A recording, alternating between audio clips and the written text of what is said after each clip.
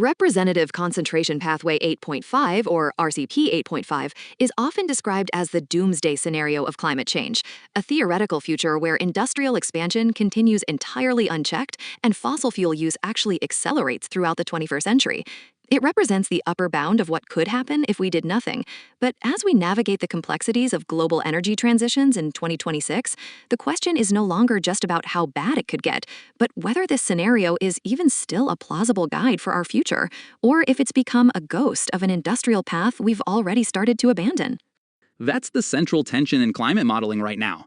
RCP 8.5 was never meant to be a literal prophecy. It was designed by the Intergovernmental Panel on Climate Change, or IPCC, back in the early 2010s to serve as a high-end baseline. The idea was to give scientists a standardized stress test. If you want to see how the most extreme version of global warming affects coral reefs or polar ice, you need a model that pushes the system to its limit. The 8.5 in the name actually refers to radiative forcing, essentially the measure of the energy imbalance on the planet. By the year 2100, this scenario projects an extra 8.5 watts of energy for every square meter of the Earth's surface compared to pre-industrial times. To put that in perspective, NASA data suggests that even small changes in that balance can trigger massive shifts in global weather patterns. But if we look at the actual trajectory of global emissions over the last decade, we aren't exactly following that 8.5 path, are we? There's a real disconnect between the business as usual label that often gets slapped onto RCP 8.5 and the reality of how energy markets have shifted since the Paris Agreement. If the scenario assumes a massive return to coal and almost no climate policy, but we're seeing record investments in renewables, is the model still performing its intended function, or is it just scaring us with a future that's no longer on the table? It's a fair challenge. In fact, experts like Zeke Hausfather and Glenn Peters have argued in recent years that calling RCP 8.5 business as usual is misleading. When the scenario was first developed, global coal use was skyrocketing, particularly in the early 2000s. It seemed plausible then that we might just keep burning more and more. But the data from the Global Carbon Project shows that global CO2 emissions have been relatively flat for over a decade now. We're actually tracking much closer to middle-of-the-road pathways like RCP 4.5. The assumption in RCP 8.5 that coal use would increase 5 or even 7-fold by 2100 looks increasingly disconnected from a world where solar and wind are now the cheapest forms of new electricity in most of the world. However, scientists still use it because it creates a clear signal. If you're trying to distinguish human-caused climate change from natural variability in a computer model, the extreme forcing of 8.5 makes those patterns much easier to spot. I see the utility for a lab setting, but there's a risk when that extreme signal leaks into public policy or insurance risk assessments. If a city plans its sea-level defenses based solely on an 8.5 scenario that has a low probability of occurring, they might overinvest in infrastructure they don't need. Or worse, the public becomes so overwhelmed by the apocalyptic scale of the projection that they give up on smaller, more feasible mitigation efforts. There's an intellectual honesty problem if we continue to lead with the worst-case scenario without explicitly stating how much the probability of that scenario has dropped. The scientific community is actually course-correcting on this. The newer generation of models, called Shared Socioeconomic Pathways, or SSPs, are much more nuanced. Instead of just looking at carbon concentrations, they look at the how and why, things like population growth, technological innovation, and geopolitical stability. For example, SSP 8.5 is the modern successor to the old RCP 8.5. It envisions a world of rapid fossil fuel-led development. But there's also SSP 2.6, which represents a highly sustainable, cooperative world. The shift in 2026 is that we're moving away from viewing these as a single choice between heaven and hell. We're realizing we are likely in a muddle-through scenario. Current policies, according to the International Energy Agency, put us on a path toward roughly 2.4 to 2.7 degrees of warming, which is far from the 4 or 5 degrees projected by RCP 8.5, but still well above the 1.5 degree target we're aiming for. So we've avoided the absolute cliff, but we're still on a dangerous road. Let's break down that radiative forcing concept a bit more, because 8.5 watts per square meter sounds abstract. If we're currently at roughly 2.7 watts per square meter of human-caused forcing, jumping to 8.5 isn't just a linear increase in heat, is it? It's about the cumulative energy being trapped. It's like adding more insulation to a house while the heater is still running. At some point, the house doesn't just get warmer. The internal systems, like the plumbing or the foundation, start to fail. fail. What are the specific feedback loops that could theoretically push us back toward an 8.5 level of warming, even if our direct emissions stay flat? That is exactly why some researchers refuse to retire RCP 8.5 entirely. Even if our industrial emissions don't hit those extreme highs, the Earth's natural systems might do the work for us through feedback loops. A major one is the permafrost. As the Arctic warms, frozen ground thaws and releases methane, a greenhouse gas that's much more potent than CO2 in the short term. There's also the albedo effect. When white sea ice melts, it reveals dark ocean water underneath. The ice used to reflect sunlight back into space, but the dark water absorbs it, which leads to more warming and more melting. It's a self-reinforcing cycle. A recent study in the journal Nature suggested that these carbon sinks, the forests and oceans that usually soak up about half of our emissions, are becoming less efficient as the planet warms. If the planet loses its ability to clean up after us, we could end up with an atmospheric concentration of CO2 consistent with a high-end scenario like 8.5, even if we aren't burning as much coal as the original model assumed. That adds a layer of complexity to the risk management argument.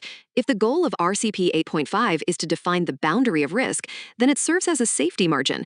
But there's a fine line between a safety margin and a distraction. If we focus all our scientific resources on the 8.5 scenario, do we miss the more subtle but still devastating risks of a 2.5-degree world? Extreme heat waves, agricultural shifts, and water scarcity don't need 8.5 watts of forcing to become catastrophic. They're happening right now at much lower levels. I wonder if the dominance of RCP 8.5 in the literature has skewed our perception of what success looks like. There's a growing consensus that we need to spend more time looking at the middle scenarios, RCP 4.5 and RCP 6.0. These represent worlds where we make some progress but don't quite get our act together. These are arguably much more difficult to plan for because they're full of trade-offs. In an 8.5 world, the signal is so loud that the answer is always evacuate or build a massive wall. In a 2.5-degree world, the questions are more granular. How do we transition our power grid while maintaining economic growth? How do we adapt our crops to shifting rain patterns without causing a food crisis? It's less about avoiding the apocalypse and more about managing a very difficult transition. The IPCC's sixth assessment report actually acknowledged that high-end scenarios are not typical of our current trajectory, but they remain useful for exploring the tail of the distribution, the low-probability, high-impact events. It's almost like a flight simulator. You want the pilot to practice for the engine fire and the total hydraulic failure, even if those things almost never happen. Because if they do, the consequences are total. But you also need them to practice landing in a crosswind, which happens every day. RCP 8.5 is the engine fire. It forces us to ask, can our civilization survive this? But the shift in 2026 seems to be toward realizing that our real-world landing is going to be in that messy, complicated crosswind of 2.5 degrees. Exactly, and we should acknowledge the progress that made 8.5 look so unlikely. A decade ago, the idea that the world would be spending over $1 trillion a year on clean energy seemed like a pipe dream. But in 2022, we hit that milestone. Coal consumption in the US and Europe is plummeting. Even in China, while they're still building coal plants, the growth in their solar and wind capacity is so massive that it's starting to displace the need for those plants to run at full capacity. The pathway part of RCP 8.5 assumed we'd be blind to the consequences of our actions, but humans have proven to be much more responsive than the 2011 models predicted. We've effectively bent the curve. We haven't flattened it yet, but we've stopped the vertical climb that RCP 8.5 represented. The terminology itself, representative concentration pathway, is also a bit of a misnomer for the general public. Concentration is the key word there. It's not just about what we emit this year, it's about the total stock of gases in the atmosphere. Even if we stop all emissions tomorrow, the CO2 already up there stays for centuries. That's why even the lower scenarios still show warming for decades to come. When people hear that we're tracking lower than the worst case, they might think the problem is solved. But the physics of radiative forcing doesn't care about our intentions. It only cares about the molecules in the air. We're still adding to the stock every day, just at a slower rate than the 8.5 scenario feared. That's a crucial distinction. Think of it like a bathtub. The water level is the concentration of CO2. RCP 8.5 assumed we'd turn the faucet on full blast and then leave the room. Our current reality is that we've started to turn the handle. The flow is slowing down slightly, but the water is still rising. The goal of scenarios like RCP 2.6 is to turn the faucet off and then find a way to pull the plug to let some water out, what we call carbon removal. RCP 8.5 is essentially the scenario where the bathtub overflows and floods the entire house. Even if we don't think that's going to happen anymore, we still need to know exactly where that overflow point is so we can stay as far away from it as possible. Looking at the cultural impact, RCP 8.5 has really dominated the headlines. Most of the scary maps you see of flooded cities or uninhabitable zones are based on 8.5. It's become the default setting for climate communication because it makes for a more compelling story. But if that story loses its credibility because the underlying economic assumptions, like coal use, are no longer true, does that undermine the entire scientific message? There's a risk of a boy who cried wolf effect if we don't update our benchmarks to reflect the actual progress we've made. That's the fine line scientists have to walk. You want to be accurate about the progress, but you don't want to encourage complacency. If you say, hey, RCP 8.5 is dead, some people will hear climate change is over. In reality, a 2.5-degree world is still a world of massive migration, lost biodiversity, and increased natural disasters. The irony is that by focusing so much on the extreme 8.5 scenario, we might have accidentally made a 3-degree world look like a win. But for a farmer in the Sahel or a resident of a low-lying island nation, 3 degrees is still a catastrophe. The value of RCP 8.5 moving forward might be less as a prediction and more as a historical artifact that shows us exactly what we've managed to avoid through policy and technology. It serves as a mirror of our potential. It reflects what a world without any international cooperation, without any technological breakthroughs in batteries or solar, and without any concern for the future would look like. In that sense, the evolution of these models is a testament to human agency. We aren't just passengers on a predetermined track. The pathways are something we build as we go. And the models are getting better at capturing that agency. The move from RCPs to SSPs reflects that shift from a focus on the physics of the atmosphere to a focus on the choices of society.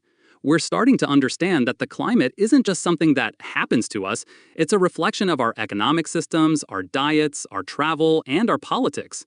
RCP 8.5 was a model of a world that didn't care. The newer models are trying to map out a world that is at least trying to care, even if it's struggling with the execution. In 2026, we find ourselves in the gap between what we feared would happen and what we hope we can still achieve. It's a much more hopeful place than RCP 8.5, but it's arguably more demanding because the solutions now require precision and persistence, not just alarmism. The persistence is the hard part. It's easy to be motivated by a clear and present danger, like the one RCP 8.5 describes, but it's much harder to maintain that same level of urgency for the slow, grinded-out work of decarbonizing a global economy over 40 years. We've effectively avoided the immediate crash, but we still have to navigate the rest of the journey without falling asleep at the wheel. The 8.5 scenario remains in our rearview mirror as a reminder of where we could have gone, and perhaps that's the most useful place for it to be. It's a powerful reminder. Even as we update our models and refine our projections, we have to respect the data. The physics of 8.5 watts per square meter hasn't changed. If we somehow went back to a coal-heavy economy, or if the feedback loops trigger a massive methane release, those numbers are still there, waiting for us. The risk hasn't disappeared, we've just chosen a different path. The challenge now is to make sure that the path we're on leads somewhere we actually want to live. By studying the extremes of RCP 8.5, we've learned the value of every fraction of a degree we can save.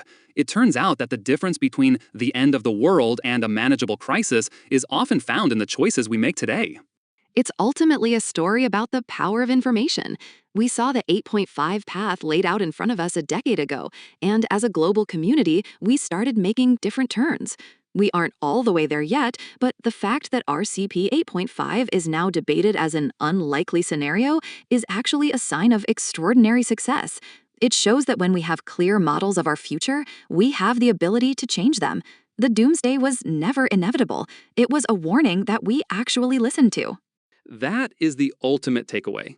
The scientific rigor behind these models isn't just about predicting the weather, it's about giving us the tools to decide our own destiny.